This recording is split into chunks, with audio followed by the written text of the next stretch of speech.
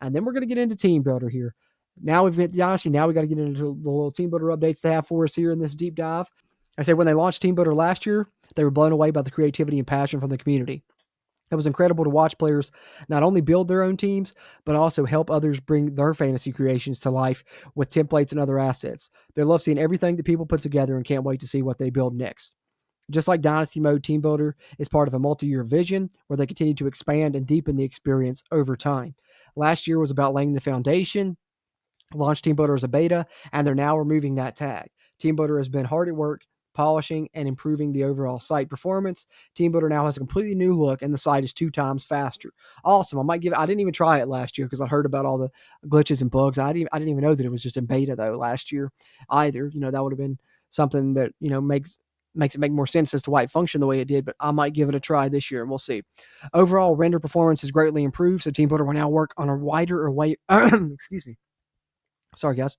Doing a lot of talking here through this one. It's a big campus huddle deep dive.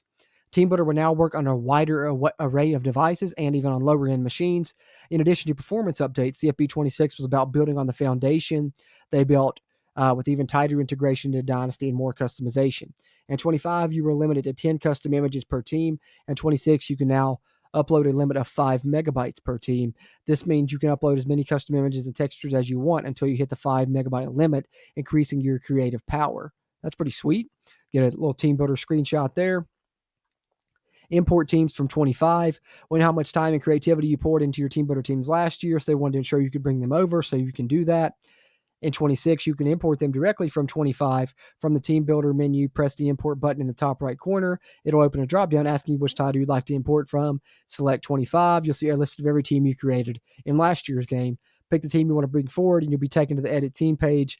Here, we'll flag any assets or details that couldn't carry over from last year's game and give you the chance to make adjustments before you republish. So that's cool. So, that way that eliminates, kind of transferring over one team I made from 25 to 26, not me specifically, because like I said, I didn't do it. But if you did, and they didn't have that feature right there and there was a glitch, it would just be on the team and you just have to deal with it. You're like, well, it worked on 25. It's got these glitches on 26.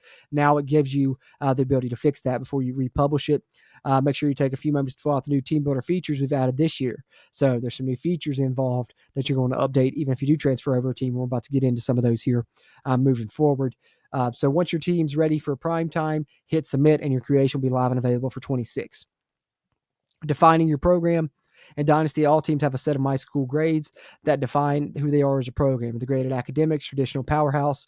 Within the program tab, you'll now be able to choose your starting grades by selecting from a list of unique templates, each representing a different school identity. Whether you're powerhouse, pro factory, or cupcake trying to establish yourself, there's a foundation that fits your vision. And that's kind of how it used to be back in the day on TeamBuilder for 14, right?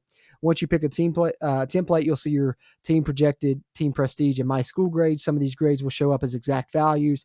Other appear as ranges, and that's by design. Several elements of your team setup can influence how these grades shake out. Interesting. So your stadium atmosphere grade will adjust based on the size of the stadium you select, and your championship contender grade depends on which team you replace in Dynasty mode, since you'll inherit their preseason ranking.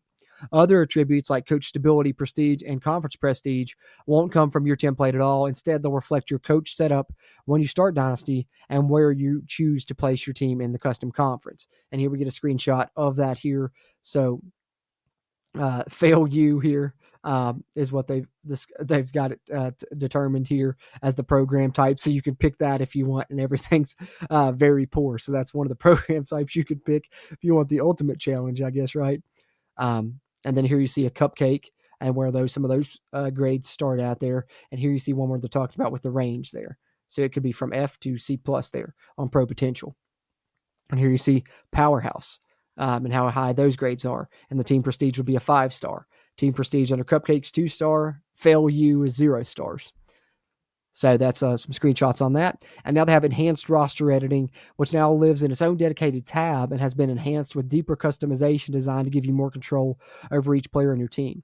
One of the biggest feedback points they heard from the community was that it was difficult to assess how good or bad a player was and team were when you're editing the roster. In 26, you'll be able to see your team's overall offensive and defensive rating at all times on the top of the website. These will update in real time as you make changes to the ratings and to the players.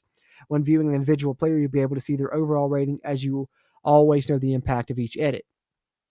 Bio and appearance. When editing a player, there are now 2 editing tabs: bio and skill ratings and abilities. Bio tab, you can modify a player's general information and appearance. Within the tab, they've added several new editable fields, so you can customize the first and last name. You can customize if they've been redshirted or not, their high school star rating, what their deal breaker is starting off. So that's really cool. So yeah, this definitely makes me want to use TeamBuilder on this upcoming game, because this takes me back to the TeamBuilder as we had it back on 14, guys, where you can customize completely your entire roster and everything. That is sick. I love that. And then the skill ratings and abilities tab, as you see, there was the first tab that they were talking about there, where you can do all those things: first name, last name, jersey number, red shirt, hand, year, height, weight, high school star rating, and their deal breaker. And then, of course, their appearance as well. Skill ratings and abilities. Within skill ratings and abilities, you'll be able to have more control how good or bad each player is. This year, they've added the following capabilities: player archetype. This determines which 5 physical abilities are available for that player. Development trait. You can choose how fast that player develops over time. And player potential. This will change how they have a low, medium, or high, and it sets the player's skill group caps, which determines a player's ceiling or how high they can progress any given attribute. The cap is scaled based on potential and class year. Physical abilities. Once you set your archetype, you will be able to determine what tier each physical ability is for that player. Each tier has a required attribute rating in order to qualify for it. The required attributes will be visible when you're selecting the tier. If the player doesn't meet the requirement, you'll get a prompt asking you if you want to automatically adjust their rating to match the ability tier. Mental abilities. When mental abilities are available, is determined by the player's position. You'll be able to choose from a drop down which mental abilities they have and what tier ability there is. Remember, mental abilities cannot be upgraded, so choose wisely.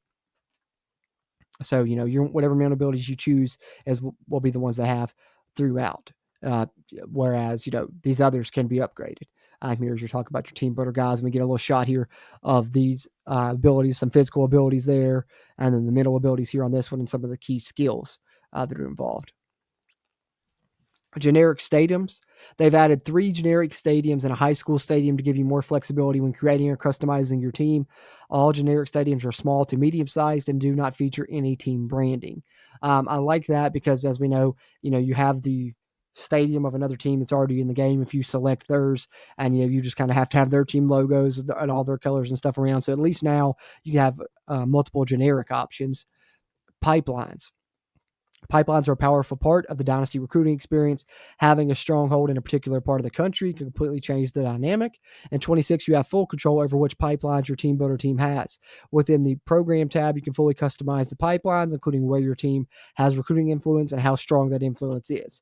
Each pipeline is assigned, of course, from tier 1 through 5, as we know, 5 being the strongest.